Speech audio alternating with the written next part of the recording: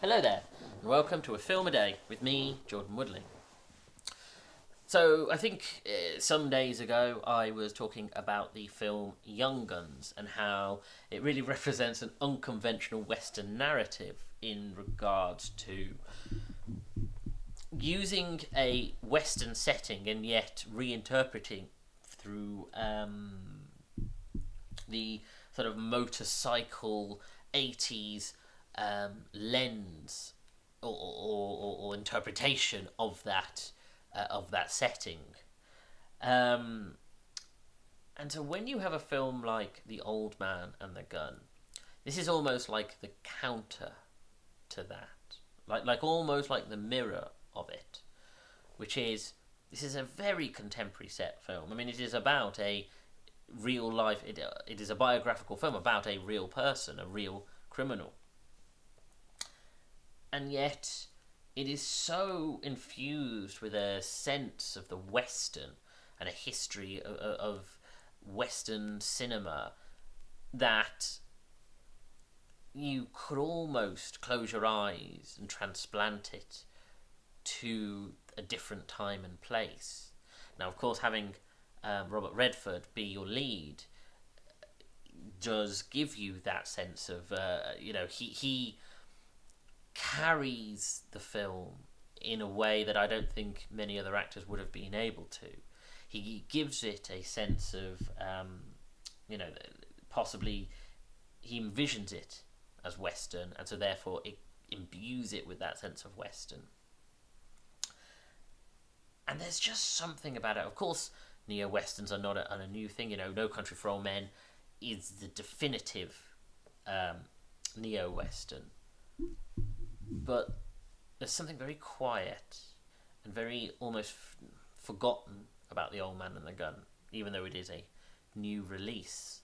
That the fact that it is purportedly going to be Robert Redford's final film, final leading role, with the exception of Avengers Endgame, which technically was released after, but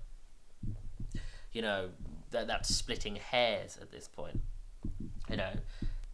And I suppose reflectively over the course of this show, this is a moment to take stock of the fact that what I tried to do in regards to the first half of the year was look at actors and directors in the early parts of their careers.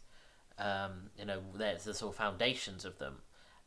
And unfortunately, I suppose, on some level, I failed to do that with Robert Redford because he isn't an actor who, despite having seen a smattering of his films, he isn't an actor who I feel like I've been able to sort of encapsulate his performance as a whole, his style and his career. And I think it's a shame because obviously this would have been the opportunity to really strike those infamous Robert Redford films like The Sting and Butch Cassidy and The Sundance Kid, and it was something that was oft discussed behind the scenes of this, that those were two films that I was going to cover, and I may still, but it does mean I feel like I'm missing something, like I'm having to infer something from this that I don't have the sort of empirical evidence for, because I do think there is something so Western hero about his lead. Robert Redford really feels, the fact that he is ultimately a criminal, a bank robber, and yet he plays it as a quiet, polite gentleman who goes up to bank tellers, and very quietly asks for them to put money in the bags, points a gun at them, but he's very polite. And of course he develops this almost cult legend around himself, this man who is very polite, very nice, very unthreatening. He tries to put people at his ease, but he's a bank thief. And so you get that sense of there's something almost noble about him. I've been pondering recently the idea of the anti-villain and what exactly one can define as an anti-villain. Because of course, in terms of we have your hero, we know what makes a hero. we know what character arcs makes a villain, we know what character elements makes an anti-hero, and yet the anti-villain is the character type that I couldn't, off the top of my head, tell you what defines and what attributes make up an anti-villain. You could maybe think of something like Thanos makes potentially an anti-villain for a genocidal monster. But as I say, this is the closest I've come to understanding it, because the character is self-serving. Robert Redford is self-serving. He is not doing this for a noble cause. He's not doing a bad thing for a good reason. He is just doing a bad thing for himself. And of course, you do have that same thing, which I think previously I talked about in Oh Brother Where Art Thou, the idea of someone who almost doesn't care about the money or the purpose of it. He cares about the thrill, because of course you have that character who almost lives for the thrill of the game and the chase. And then of course you have Casey Affleck, who plays the detective, the police officer who is sort of hunting him down. And again, it does, like I say, he keeps coming back to that Western aspect, because there is almost like the noble sheriff element about it, and the fact that there is that sense of admiration between these two, and you do get only, like The Heat, like I can't think of another film off the top, but you get that thing, the fact that you have the two people circling each other, and yet they have very little screen time together, I believe, and I might be mistaken, because this is not on sort of rewatch and analysis. I believe they only have one scene together on camera, and it's so quiet, and it's just both of them in a bathroom talking, initially, both of which pretending, or trying to suss each other out, going, do you know that I know who you are? And of course, by the end of the conversation, you get that moment where Casey Affleck drops the "I know exactly who you are and I am coming for you."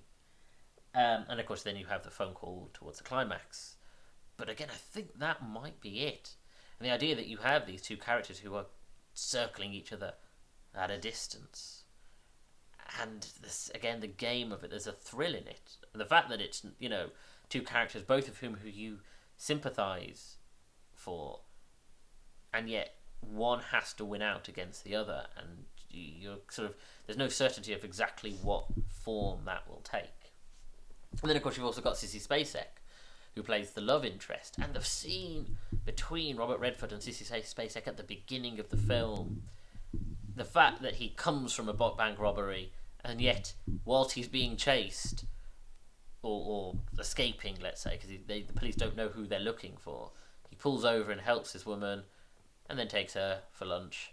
And of course, this is almost this masterclass in flirtation, and the fact that there is a certain honesty to him. Again, this is a noble character who, when he initially gives her the false story of his life, and yet she challenges him on it, he immediately relents and he tells her the truth. And again, that gives that character that sort of nobility to him. It's very, as I say, the gentleman thief is not an original character type. It goes all the way back to the 19th century with Eccles, the gentleman thief, a character who actually I would like to see in a film adaptation, a modern film adaptation. But again, you get that sense of you can't help but like him. He's like the Danny Ocean type, who you just can't help but be sort of drawn within his charisma. If this is Robert Redford's last film, which I have no reason to doubt that he means what he says, this is a really great swan song film. It's a great character piece, and he gives such a simple and yet rich performance that is both complex and simple within his charm. And I think I can understand why he would choose to bow out with this, because there is a certain dignity and grace within this film. There is something almost of the man driving off or riding off, if we sort of do throw back to the Western, to the sunset. You get all of that within this performance. Anyway, thank you for joining me. If you like this video, hit the like button, comment below, and share the video because it'll help with the algorithm. Subscribe to the channel and hit that bell to get notifications of when new videos are uploaded. Check out my back catalogue of over 200 videos, and follow me on Twitter at Jordan_Woodley, where I tweet about TV shows and films, and I share these videos once they're uploaded to YouTube, either the day of or the day after. Thank you for joining me. Take care.